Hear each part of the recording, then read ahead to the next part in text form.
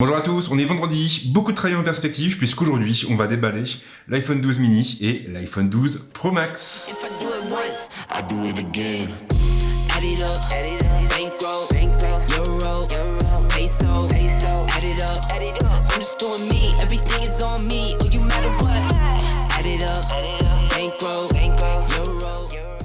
Vous le savez sans doute, mais ces deux modèles ont été présentés lors du keynote du mois d'octobre, aux côtés de l'iPhone 12 et de l'iPhone 12 Pro.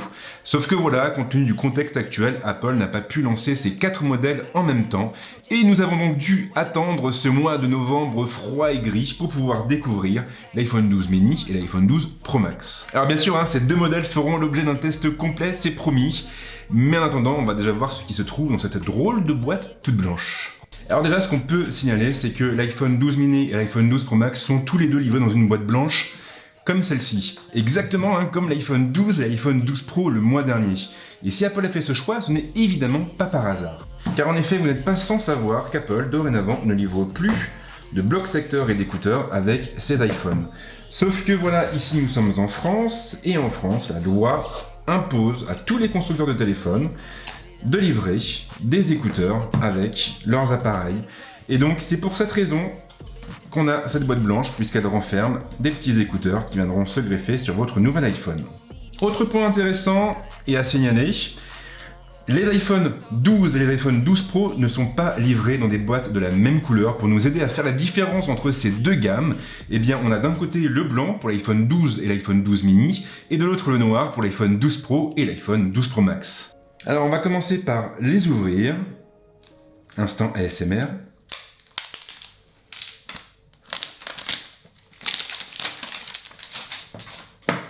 Et d'une.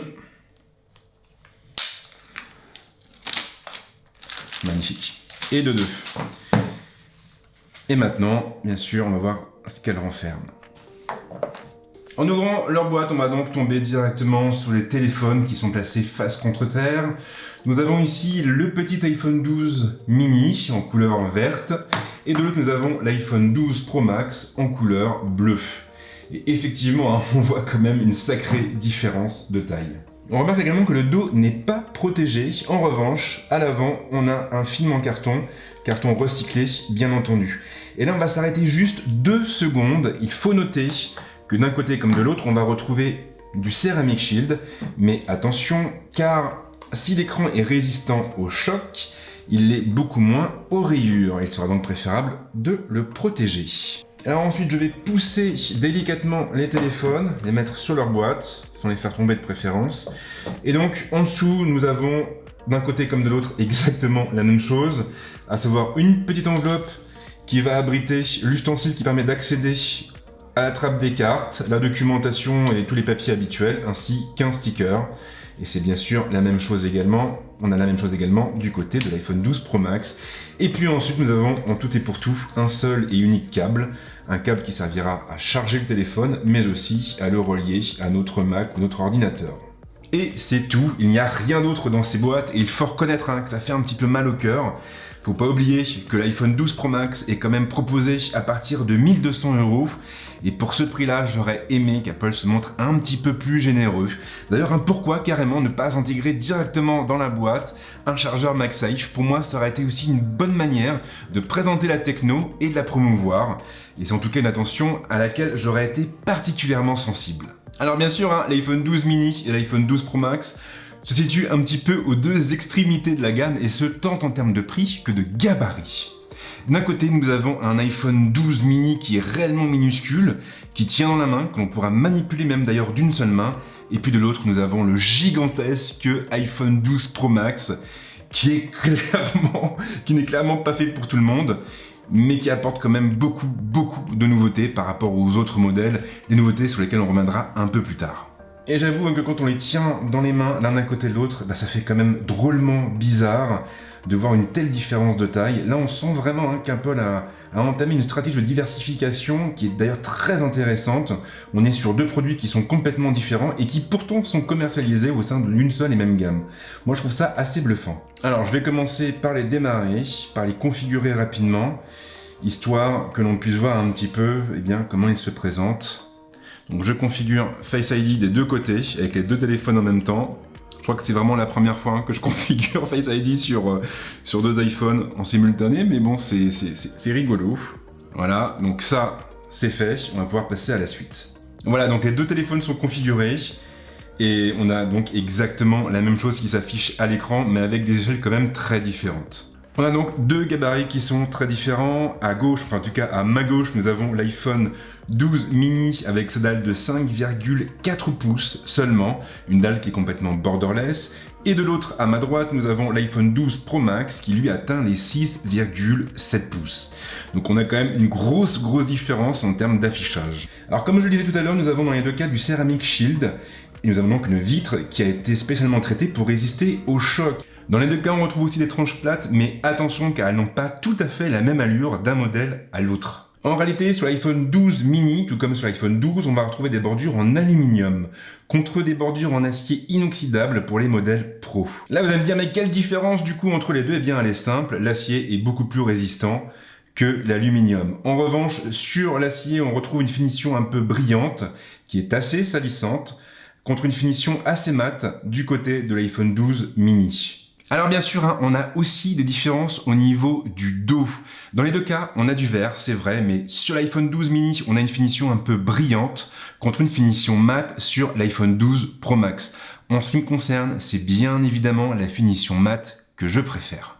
Autre point distinctif, le module photo. Sur l'iPhone 12 mini, on trouve un module composé de 2 capteurs et de 2 optiques. On perd donc une focale et plus précisément le téléobjectif.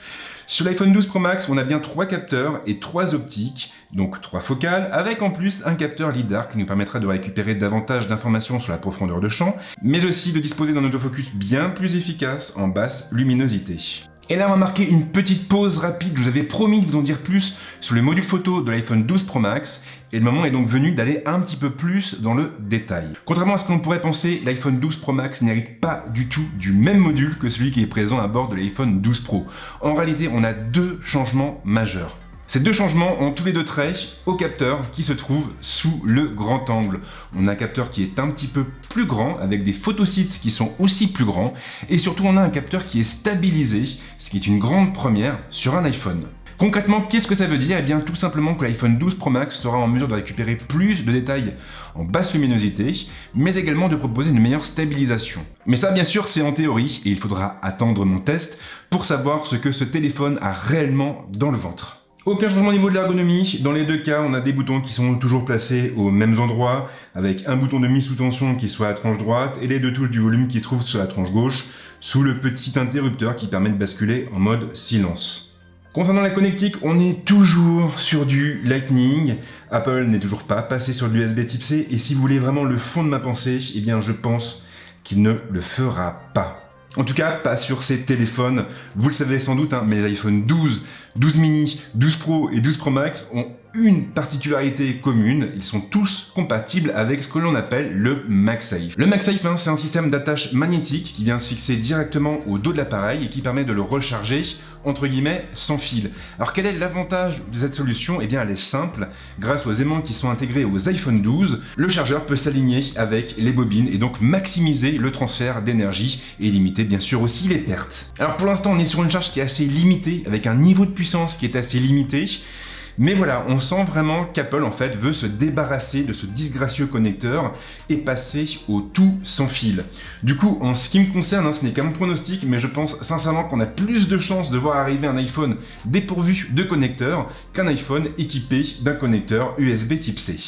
Alors vous l'aurez sans doute deviné, mais on va beaucoup parler Apple durant ces prochaines semaines. Je vais commencer avec le test de l'iPhone 12 mini. Je vais tenter de le sortir pour la semaine prochaine, sans garantie bien sûr. Et puis ensuite je rebondirai avec le test de l'iPhone 12 Pro Max. Et là à mon avis on aura quand même pas mal de choses à dire, notamment sur le terrain de la photo et de la vidéo. Mais je vais aussi recevoir la semaine prochaine le HomePod mini, la nouvelle enceinte intelligente d'Apple, une enceinte que je vous présenterai là encore au travers de plusieurs vidéos. Mais rassurez-vous, car on ne va pas non plus faire que de manger de la pomme.